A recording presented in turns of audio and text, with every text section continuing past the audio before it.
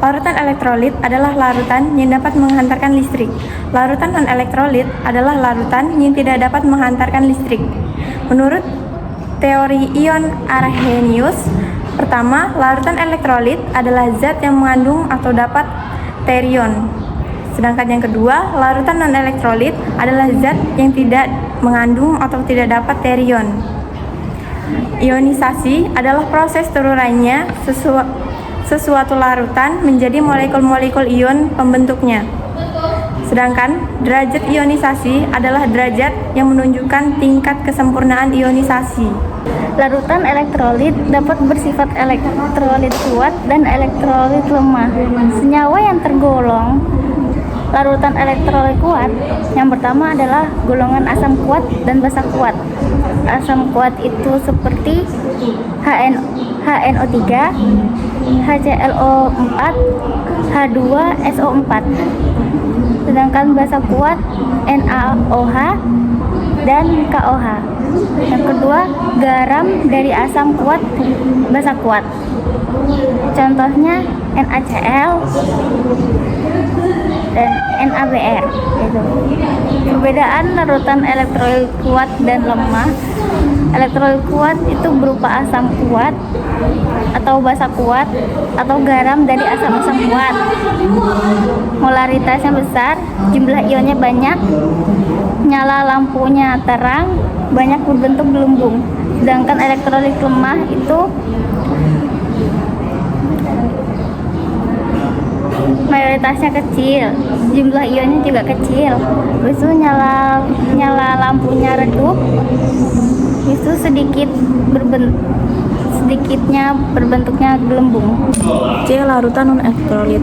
Larutan non-elektrolit merupakan senyawa netral atau konvalen nonpolar. Sifat larutan non-elektrolit: 1. Tidak dapat menghantarkan listrik karena tidak dapat terionisasi.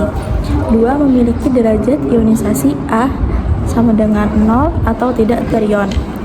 3. Tidak dapat menyala lampu dan tidak menghasilkan gelembung pada elektroda karena tidak dapat menghantarkan listrik.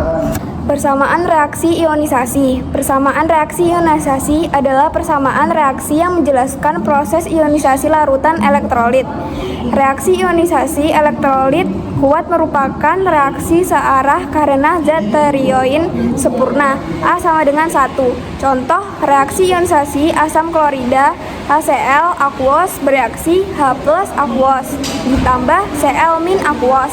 Reaksi ionisasi asam sulfat H2SO4 aquos bereaksi 2H+ aquos ditambah SO4 2- aquos.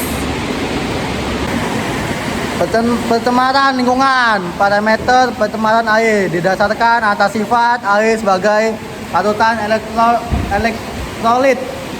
Parameter pencemaran air. pH yaitu tingkat kesamaan yang dimiliki oleh air.